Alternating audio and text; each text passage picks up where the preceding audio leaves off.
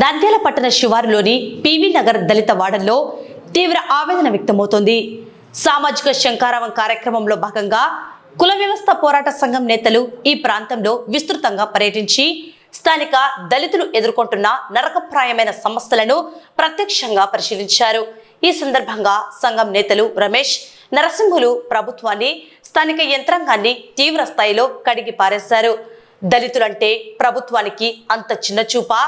దళిత వాడల అభివృద్ధిపై ప్రభుత్వం ప్రదర్శిస్తున్న నిర్లక్ష్యాన్ని నేతలు తీవ్రంగా ఖండించారు. ఈ రోజు దళితులు బ్రతికినా సంతోషంగా లేరు, చచ్చినా ప్రశాంతత లేదు.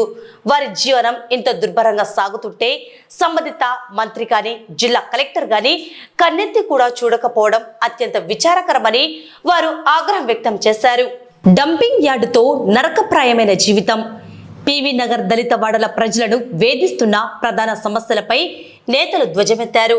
ఆరోగ్య సంక్షోభం నెలకొన్నదని, నివాస ప్రాంతాలకు ఆనుకుని ఉన్న డంపింగ్ యార్డు వల్ల వెలువడుతున్న కాలుష్యంతో స్థానికులు తీవ్ర శ్వాసకోశ సంబంధిత వ్యాధుల బారిన పడుతున్నారన్నారు. దళితుల జీవన విధానం అత్యంత దయనీయంగా మారిందని, కనీస మౌలిక సదుపాయాలు కూడా కరువయ్యాయని మండిపడ్డారు. ఓట్ల కోసం వచ్చే నాయకులు గెలిచిన తర్వాత ఈ ప్రాంతం వైపు చూడడం లేదని స్థానికులు ఆవేదన వ్యక్తం చేశారు. తమ పర్యటనలో వెలుగు చూసిన ప్రజా సమస్యలను తక్షణమే పరిష్కరించాలని నేతలు డిమాండ్ చేశారు.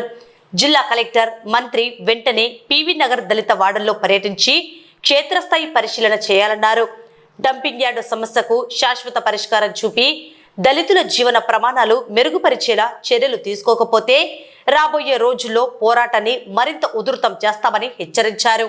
వానలో ఈ కాంపోస్ట్ వల్ల మంచిగా ఇది ఆయాసము, దానివల్ల వాసన పట్టి మంచి మెత్తవన్నీ జబ్బులు వస్తున్నాయి.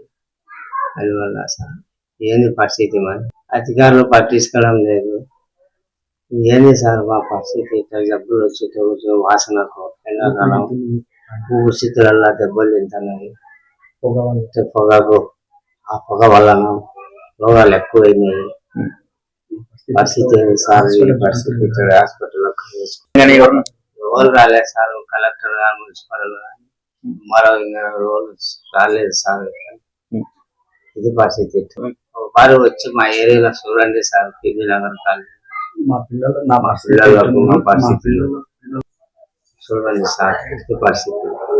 దానివల్ల ఏం పరిష్కారం చేస్తుండ్రో చేయండి సార్. న్యాయం ఏం చేయడం లేదు. గవర్నమెంట్ వేసుకోవాలా, తినాలా, చెడు జబ్బులు వచ్చి ఆసుపత్రికి పోవాలని వాళ్ళు సారంగా పట్టిస్తారు. పెద్ద హాస్పిటల్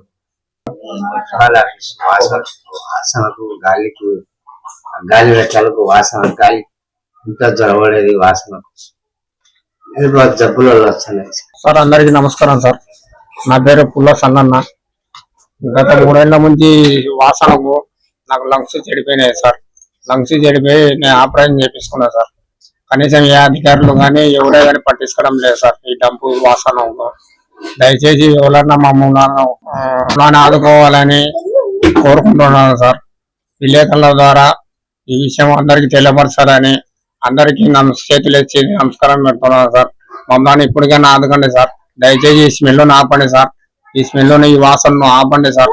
నాలాంటి పేషెంట్లు ఇంకా చాలా మంది అవుతున్నారు సార్ ఇక్కడ ఈ పివి నగర్ లో. దయచేసి అందరినీ, చిన్న చిన్న పిల్లలు ఉన్నారు సార్. నాకు 2 చిన్న పిల్లలు సార్, 2 ఆడపిల్లలే సార్.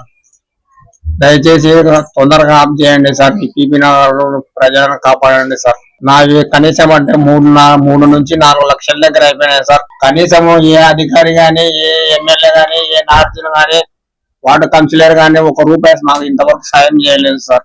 దయచేసి ఇప్పటికైనా కోరుకుంటున్నాను. ఈరోజు పివి నగర్ ను సందర్శించడం జరిగింది. అయితే వార్డులోకి రావడము భయంకరమైన స్మెల్, దుర్గంధం. అంటే మనిషి ఆ వాసన కూడా పీల్చుకోలేని పరిస్థితులలో ఈ వాసన కనపడతా ఉంది. ఈ డంప్ యార్డుని ఈరోజు పూర్తిగా పరిశీలిస్తూ ఉన్నాం. ఇది డంప్ యార్డు మాదిరి నల్లమల్ల ఫారెస్ట్ కొండలు ఉంటాయి చూడు, ఆ విధంగా ఈరోజు ఈ డంప్ యార్డు కనపడతా ఉంది.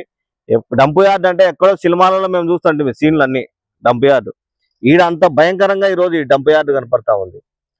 మంత్రి ఫరూక్ గారు ఎలక్షన్స్ ముందు మాట ఇచ్చినారు, ఈ డంప్ యార్డును నేను కనుక అధికారంలోకి వస్తే నేను కనుక గెలిస్తే కంపల్సరీ డంప్ యార్డును ఎత్తేస్తా అని చెప్పినాడు. మళ్ళీ ఆ మాట ఎక్కడికి పోయిందో మేము ఈరోజు ఆయన అడుగుతా ఉన్నాం. ఎండాకాలంలో పొగ వాసన, వర్షాకాలంలో ఈ కంపు వాసన. పివి నగర్ ప్రజలు ఉండాలన్నా పోవాలన్నా ఈరోజు అధికారులు తీర్చాల్సిన పరిస్థితి వస్తూ ఉంది. మేము అనుకుంటా ఉన్నాము ఈరోజు పివి నగర్ ఎత్తేయాలనే ఆలోచనతో ఉన్నట్టుంది వీళ్ళకి, అధికారులకు కానీ అధికార పార్టీ నాయకులకు కానీ. అందుకే వీళ్ళ గురించి పట్టించుకోవడం లేదు. తాగునీరు సమస్య అట్లనే ఉంది, డే బై డే నీళ్ళ సమస్య వస్తూ ఉంది. మరుగుదొడ్లకు సంబంధించింది అయితే 34 సంవత్సరాలు అయితే మరుగుదొడ్లు ఓపెన్ చేయడానికి లేదు. ఇంకా మళ్ళా అధికార పార్టీ ప్రజల కోసం ఉన్నట్ట లేదో అర్థం కాని పరిస్థితి ఉంది. ఈ డంప్ యార్డు 2002లో అక్కడ ఉన్నది. రీసైక్లింగ్ పేరు మీద 2002 నుంచి జరుగుతూ ఉంది. మళ్ళీ తగ్గుతుందో పెరుగుతుందో అర్థం కావడం, ఇంకా పెరుగుతూనే ఉంది. డంప్ యార్డుకు సంబంధించి ఇంకా తగ్గించుకుంటూ రావాలి, తగ్గించుకుని పోయింది ఇంకా వస్తూ ఉన్నారు దళిత కాలనీ వాళ్ళకి. అంటే దళితుడు బతికినాక సంతోషంగా ఉండడానికి లేదు, చచ్చిపోయేటప్పుడు కూడా సంతోషంగా ఉండడానికి లేదు. అంటే దళితుల యొక్క బాధలు కష్టాలు ఆ విధంగా ఉన్నాయి. మేము మంత్రి గారు ఒకటే తెలియజేస్తా ఉన్నాము, ఖచ్చితంగా మా కుల వివక్షత వ్యతిరేక పోరాట సంఘంగా ఇక్కడున్న యూత్ కమిటీ ఆధ్వర్యంలో ఇండ్లు టచ్ చేస్తాం. కంపల్సరీ ఇండ్లు టచ్ చేసి ఇదే చెత్తను మీ మున్సిపాలిటీ ముందర తీసుకొస్తాము. కంపల్సరీ మీ మంత్రి మీ దగ్గర తీసుకొని వచ్చి వేయడానికి మేము సంసిద్ధమవుతాము. కాబట్టి తక్షణమే ఇప్పటికే శ్వాసకోశ స్టార్ట్ అయినాయి పివి నగర్లో ఈ డంపు కంపు వల్ల. అసలు ఒక్కసారి మంత్రి కానీ అదేవిధంగా అధికారులు కానీ ఒక్కసారి 1 గంట వచ్చి పోమని చెప్పండి ఇక్కడ పివి నగర్కు. 1 గంట ఇక్కడ నిలబడి చూస్తే కనుక వాళ్ళకు నేను ఛాలెంజ్ విసురుతా ఉన్నాను. 10 నిమిషాలు కూడా ఉండలేని పరిస్థితి కంపుకు ఉండలేరని చెప్పి తెలియజేస్తా ఉన్నాను. ఇమ్మీడియట్ గా కంపల్సరీ ఈ డంప్ యార్డును రీసైక్లింగ్ పేరు మీద తగ్గించుకుంటూ రావాలా. ఇప్పుడు వచ్చే చెత్తను బంద్ చేసి ఎక్కడైనా షిఫ్ట్ చేస్తే బాగుంటుంది. లేకుంటే కనుక పివి నగర్ ప్రజలు ఏదో ఒక రోజు శ్వాసకోశ ఎక్కువ మంది చనిపోయే పరిస్థితి వస్తుంది.